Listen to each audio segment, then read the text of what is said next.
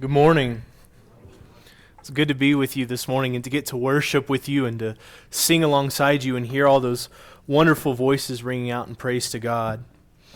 I want to, again, continue the series of lessons that we've been talking about and this idea of being profitable. And what I hope that you'll start to see as we move through is what we are working on is a progression of steps. It started with the realization that God is invested in each and every one of us. He has given us opportunities to serve Him, abilities to use in service to Him. He's given us our physical, material blessings that we can use to honor Him and to glorify Him and to bring others to Him. And so He's made that investment in us with the expectation of us being profitable, of us using it to bring others to Him. He's given us our own salvation, and He expects us to take it and to share it with others. And last week we talked about Abraham and how Abraham was someone who exemplified what that meant, and how the Bible emphasizes the faith of Abraham that enabled him to be profitable to God. His faith in God enabled him to go where God would lead him, to have faith in promises that he would never get to see fulfilled, and to obey God even when it wasn't easy. This morning, as we continue this series of lessons, we're going to build on that. We know that God has invested in us. We know that if we're going to be profitable in that investment, we have to have faith. But this morning, I want to add to that. If you remember nothing else this morning, remember this. If we're going to be profitable to God, we have to have a courage like Esther's. If you will, turn with me to the book of Esther. The book of Esther is a powerful story. So powerful and so important that it's given its own book.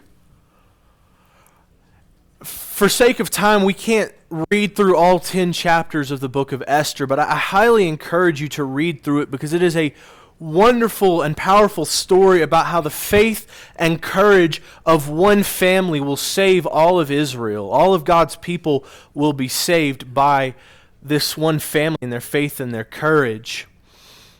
But to save us some time, but to be able to look at this, I want to read for you a summary of the book of Esther.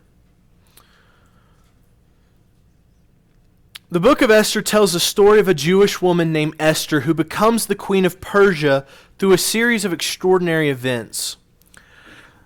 The story begins with the king of Persia banishing his queen and seeking a new wife through a beauty contest. Esther, a Jewish orphan raised by her cousin Mordecai, wins the contest and becomes the queen, but she does not reveal her Jewish heritage. Mordecai, her cousin, uncovers a plot to assassinate the king, which Esther will report. This will earn Mordecai favor with the king. But around that same time, the king's advisor, Haman, grows resentful of Mordecai because Mordecai refuses to bow down and worship him. So in retaliation, Haman convinces the king to decree that all the Jews be exterminated throughout all of Persia. Mordecai urges Esther to intercede with the king on behalf of her people. So Esther risks her life by approaching the king without being summoned, which is against the law and could lead to death. But Esther decides to go before the king, fasting for 3 days first, and successfully gains the favor of the king, inviting him and Haman to a banquet. At the banquet, Esther reveals Haman's plot to exterminate her people, shocking the king. And in a twist of fate, the king orders Haman to be hanged on his own gallows that he had prepared for Mordecai. And Mordecai is promoted to take Haman's position, and the Jews are allowed to defend themselves from their enemies. The day of planned massacre becomes a day of victory for God's people, and the celebration known as Purim commemorates this day by the Jews. In summary, the book of Esther emphasizes Esther's courage in risking her life to save God's people, to deliver God's people. Her bravery and strategic timing play a crucial role in the salvation of the Jews in the community in Persia. The book of Esther shows us that it takes courage to be used by God. It's not easy. As we contemplate this idea of being profitable God, we need to understand that it's going to require just that. It's going to require a great deal of courage, because being profitable to God is going to it's going to put us in positions where we're going to have to do things that aren't easy, things that may come at a cost to us, things that are going to risk our comfortability. Maybe it risks our relationships, or maybe it even risks our physical well-being. And so it's going to take courage. We talked about Abraham and his faith. And we emphasized Abraham's faith because the biblical text emphasized Abraham's faith. But I want you to see is that Abraham and Esther are both alike in the sense that they both were courageous. These are two sides to the same coin. The Bible emphasizes that Abraham had faith that led him to do courageous things. The Bible emphasizes that Esther is courageous, but that courage is built on faith. So what I want you to see is that these are two sides to the exact same coin. Faith produces courage. Courage is built on faith. And the book of Esther exemplifies that and proves that. Look with me at Esther chapter 4, verse 13. Starting in verse 13, we read, "Then Mordecai told them to reply to Esther, do not imagine that you in the king's palace can escape any more than all the Jews. For if you remain silent at this time, relief and deliverance will arise from the Jews from another place, and you and your father's house will perish, and who knows whether you have attained royalty for such a time as this." Then Esther told them to reply to Mordecai, "Go, assemble the Jews who are found in Susa, and fast for me. Do not eat or drink for 3 days, night or day. And I and my maidens will also fast in the same way, and thus I will go to the king, which is not according to the law, and if I perish, I perish." So Mordecai went away and did just as Esther had commanded him. Here's where we find ourselves in this story. I read for you that summary. There's a plot that has been verified or authorized by the king to destroy all the Jewish people. And what we see is Mordecai is telling Esther, "Esther, you're going to have to step up and do something about it." And so Esther is faced with this decision, okay, am I going to put my life on the line to save God's people? This is the situation we find ourselves in today. Our situation is no different from Esther's. Satan has plotted against God's people. His goal is to destroy God's people. And God, the Son of God, has come to us and said, you're going to have to step up. Now the question is, are we going to have the courage to respond the way Esther did? I want you to look at this exchange between Mordecai and Esther. I want to acknowledge something very important that Mordecai says. Mordecai acknowledges, first of all, that regardless of whether or not Esther steps up, God's going to take care of his people. Notice what he says. He says in verse 14, "If you remain silent at this time, relief and deliverance will arise from the Jews from another place." So the first important thing that Mordecai acknowledges here is that relief and deliverance will come for God's people. That God's ability to deliver his people is not contingent on whether or not Esther will be the mechanism. He's not relying on, if Esther chooses not to have courage, if she doesn't go before the king, Mordecai says someone's going to do it. God's going to deliver his people regardless of whether or not you do what he expects you to do. I want to make it clear to you this morning that God has promised that those who seek him are going to find him. And his ability to accomplish that goal does not depend on your individual willingness to be used by him.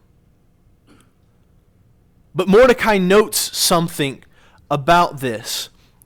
At the end of verse 14, he says, "The deliverance will arise for the Jews from another place, and you and your father's house will perish." This is an important detail. What Mordecai is telling Esther is that God is going to deliver his people, whether he uses you or not. But if you're not willing to allow God to use you to deliver his people, then there's going to be serious repercussions. We need to understand that God has chosen us to deliver his people out of a sinful world by sharing the message that he has given us in the gospel. He expects us to use that. God has invested in us and expected us to be profitable. But make no mistake, God doesn't have to have you to be able to reach the lost. God can do it with or without you. But if you aren't willing to let God use you, God's going to find somebody else. And it's going to mean punishment for you. There's an expectation that we allow God to use us.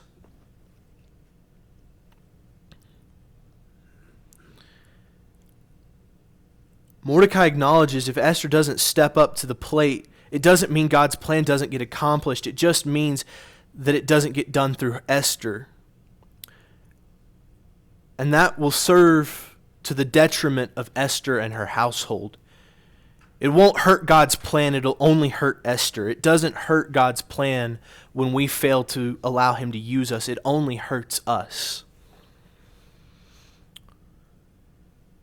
So we see Esther presented with this opportunity to be profitable to God, and Esther shows courage and the fortitude to act. And Mordecai makes a second point that is really powerful.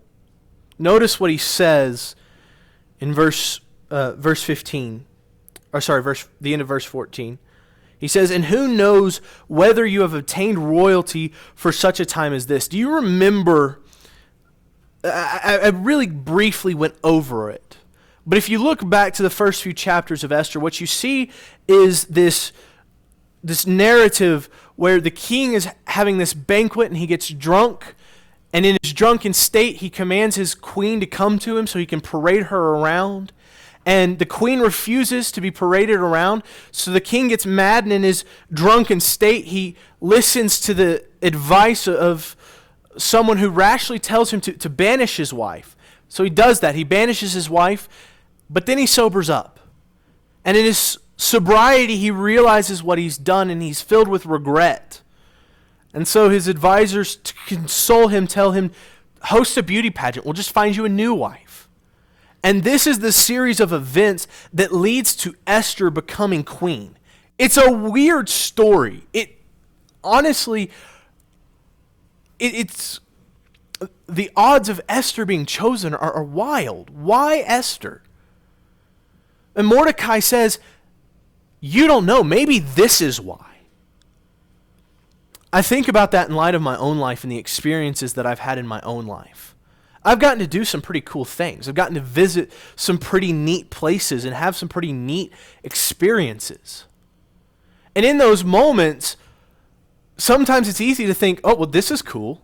This is fun. I get to do this. I'm getting this wonderful experience. But you don't think much about it. But looking back, I can't help but ask, maybe God allowed me to do that to prepare me to be useful to him later. Put yourself in Esther's shoes. Perhaps God has put you in the position you're in today so that you can be useful to him. It is possible that God has a plan for you and that His allowing you to reach success in your life or to struggle with failures in your life is so that you will be in the right place at the right time to be useful to Him.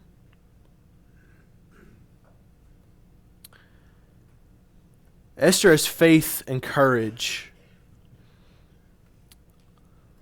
We see that courage in her going before the king, but I want you to notice what she does before she goes to the king. What does she tell Mordecai to do?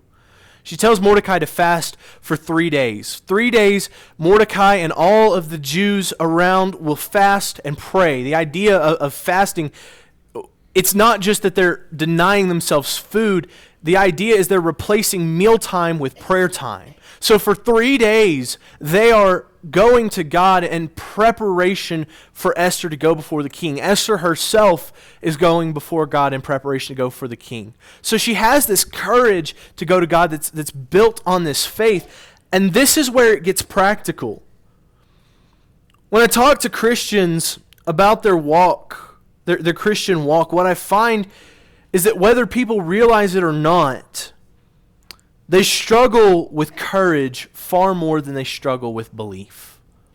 I talk to people who say that they're struggling with their faith. And what I find is that belief is rarely the problem. But belief and faith aren't the same thing. If I believe it's going to rain tomorrow, then I might say, it'll probably rain tomorrow. And it may or may not change the way I react or the way I plan my day. But if I have faith that it's going to rain tomorrow, then I'm packing an umbrella. I believe it's going to happen, and so I'm going to go out of my way to act accordingly. This is where I see a lot of Christians struggle. They believe in the gospel. They believe the things that they read in this book. But they struggle to have the courage to live them out. They trust God in the sense that they cognitively understand His promises. They understand, at least on paper, I sinned, I was wrong, that sin means I was going to hell, so I got baptized, and now I'm a Christian, and I live a good life so that I can go to heaven. They understand that on paper. But when it gets down to the nitty-gritty, when it's put to the test, they struggle to have the courage to live that life, to hold true to their faith when it's tough. When living a morally good life means sticking out and drawing attention, when it means that professing Christ is going to put me in harm's way, it's going to cause me to be uncomfortable. You think about what Esther is staking. What she says is, I'll go before the king, and if I perish, I perish. If I die, I die. So what? Let it be. But then I talk to Christians, and they say, well, I struggle to be evangelistic. I struggle to talk to people around me. I just don't know what to say. And really what I find it comes down to is that they're worried about I'm awkward. I'm socially awkward. It's uncomfortable. It's going to force me outside of my comfort zone. And yes, that's tough. But what we're called to do if we truly live a life of faith is to have courage to do it anyway. Esther had courage to go before the king, even if it meant her life. Remember what Mordecai says. If you remain silent, relief will come from somebody else. But who knows, maybe God has allowed you to achieve royalty for this very purpose. I'm paraphrasing, but that's what he's saying is perhaps God has put you in this situation for this purpose. Think about it. Put yourself in Esther's shoes. Imagine Mordecai is speaking to you this morning. Mordecai is telling you, you are going to have to go before the world. And you are going to have to tell the world that they are living in sin. And yes, that may cost you something. But if you don't do it, someone else will, and it will be to your detriment. So do it. Have courage. And who knows, maybe God put you in this situation for a reason. Maybe God gave you your engineering degree or your job with the city or your pilot's license or whatever achievement God has allowed you to reach for this very purpose. So that you can talk to that person you work with. So that you can have that expertise to serve God in a specific application. Have courage, because if you don't do it, someone else will, and it'll be to your ruin. Do you remember what Matthew 10 tells us? How Jesus said, "Therefore, whoever confesses me before men, I will confess him before my Father in heaven. But whoever denies me before men, I will deny him before my Father who is in heaven." Certainly there are those that verbally deny the existence of God. They say God doesn't exist. But there are those that are far more numerous, I believe, who simply deny the existence of God by their silence. They deny the existence of God by their unwillingness to profess Him before others. They're given opportunities to talk to people, to talk to their coworkers, their loved ones, their friends, their neighbors about God. And they just don't. And they have their reasons. I'm not super knowledgeable about the Bible. I'm socially awkward. I'm not well spoken. I've got this reason or that reason. I'm busy with work. I have too much going on with my kids. They have all these reasons. But really what it comes down to is they lack the courage to speak on behalf of God and to be used by Him. Esther was not going to allow her to be that kind of person.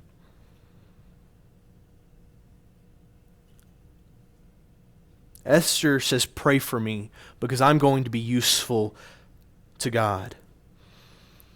Do you remember what our brother read? This idea of courage, it's so important to men and women of the Bible who are useful to God. When we look at the narratives, when the stories of the Bible, all these great men and women that did these great things, courage is at the core of it. We look at what Moses told Joshua in Deuteronomy 3:16, "Be strong and courageous, do not be afraid or tremble, for the Lord your God is the one that goes with you. He will not fail you or forsake you." Do you remember what Joshua was about to do? Joshua is about to take the land of Canaan. The Canaanites are described as being giants. This little village of Jews are about to take on this mighty nation and conquer this great land. And Joshua is who God has chosen to lead this charge. Joshua has a responsibility, an opportunity to be profitable to God. And Moses tells him, "Be strong and courageous." If you're going to conquer, you're going to have courage. This is something that Joshua will repeat to the people of Israel. God has called you to take up arms and to destroy this wicked land and to take for yourself a land of promise. And so Joshua will tell them, again, be strong and courageous. Paul says something similar in 1 Corinthians 16:13 when he says, "Be on the alert, stand firm in the faith, act like men, be strong." He's telling the Corinthians, be courageous. You're talking about a group of people that live at the foot of the palace or the temple to Aphrodite. You're talking about a group of people that are living in the heart of pagan sexual immorality. And they're teaching a message about one God to a group of people that believe in a pantheon. They're teaching a message that requires sexual purity in a culture that thrives on sexual promiscuity. And Paul tells them, be strong, act like men, stand up, be courageous. Remember what our brother read for us a moment ago from 1 Timothy. Timothy is in Ephesus. Ephesus is the city of Diana, the goddess of fertility. Do you know how Diana is worshipped? Diana is worshipped by going into these prostitutes that are priestesses and having relations with them. It's an incredibly impure and awful culture that he is living in Ephesus. It's all about giving in to the physical desires. Just give in to what you feel is right, and the gods will bless you. And Timothy is in the midst of this, and he's preaching an unpopular message. And not only is he facing the unpopular culture, but he's being tormented by those who are in the church that are wanting to teach their own things. He's facing all of these challenges. And what does Paul tell him? Paul tells him, God has not given you a spirit of timidity. He has given you a spirit of power and love and discipline. In other words, be courageous. Do not be ashamed. Do not be timid. If we are going to be useful to God, we are going to have to be courageous. We are going to have the mindset of Esther, who says, pray for me because I don't know how this is going to go. If I perish, but I'm going to do it. I'm going to do it anyway. I'm going to be profitable to God, and nothing is going to stop me. If we want to be profitable to God, we're going to have courage. We're going to have the kind of courage that Paul tells the Corinthians to have, the kind of courage that enables us to go into a world and teach an unpopular message, a message that Jesus describes as one that's going to divide houses. Jesus says, do not think I came to bring peace but a sword. Jesus said his message was going to divide father from son, daughter from mother. It's not an easy thing to hear. It's not easy to go into a world that says just love everybody and teach that there are those that are living in sin, and if they don't change, they're going to die in that sin, and they will face eternal punishment. It's not an easy message. But people who have faith, true faith, have courage to speak that message because the world needs to hear it. The world needs to hear the saving message of the gospel. The king needed to hear about the plot. The only way the Jews are going to be saved is if the king is warned. Esther has faith in God and enough love for God's people that she puts her life on the line to bring them salvation. The question is, do you have enough faith and enough courage? Do you love God's people enough to deliver his saving message even if it costs you something? Are you willing to be profitable? Are you willing to be used by God even if it costs you something? You know, Paul will go on to tell Timothy that Timothy needs to be willing to suffer. That takes courage. I stand before you this morning to tell you, you're going to have to be willing to suffer. I don't want you to suffer. God doesn't want you to suffer. But if you are living the life God has called you to live in a sinful and fallen world, you are going to suffer. So be ready and be willing. Have courage. Stand strong. Be a man. I understand that there are a lot of ladies in this room, but you get the point that Paul is making. He's saying, stand up. Take up arms against Satan. Be willing to suffer and do so willingly. Because if we perish, we perish. But that's the great thing about the gospel message, is the gospel message tells me that if I die for the cause of Christ, my reward in heaven will be worth it. And so Esther has this attitude of so what? If I die, I die. I'm not afraid of that. At least I shouldn't be. If I'm living in a right relationship with God, then nothing that they have to threaten me with should be effective. So what if I don't fit into this culture? I'm a citizen of heaven. So what if it's awkward? It's worth it because I love you. So what if I get persecuted or even killed? I have heaven that I'm waiting for. But that's going to require us to be strong and courageous. God has not created you to be timid. He has created you to be powerful. He's created you to be someone who loves the lost and to have courage to deliver the lost, to be willing to suffer for the sake of those who are lost. Brothers and sisters, I understand that our lesson this morning has not been evangelistic in the sense that this lesson is not designed to convict you of something new. I only mean to encourage you to do something that if you've become a Christian, you likely already know. It's not necessarily designed to convince you to put on Christ.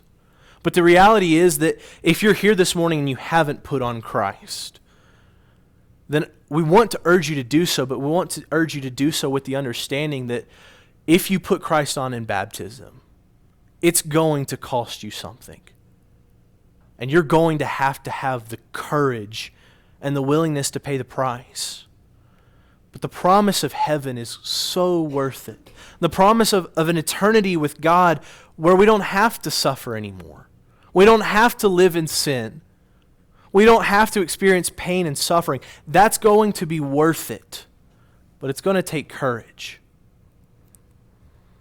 If you're here this morning and you are a Christian, but you stumbled in your walk, Timothy was one who wavered in his faith and his courage. Timothy had been silent. He had lacked courage, and so Paul stirs him up and reminds him that God has not given him a spirit of timidity. Timothy is being timid, but that's not how God created him to be. If you're here this morning and you've wavered in your faith and your courage, you've been timid, I want to remind you that that's not who God created you to be. But if you're here this morning and you are living that life of faith and courage, then I want to encourage you to be strong and courageous and to not be afraid. And thank you for your time this morning.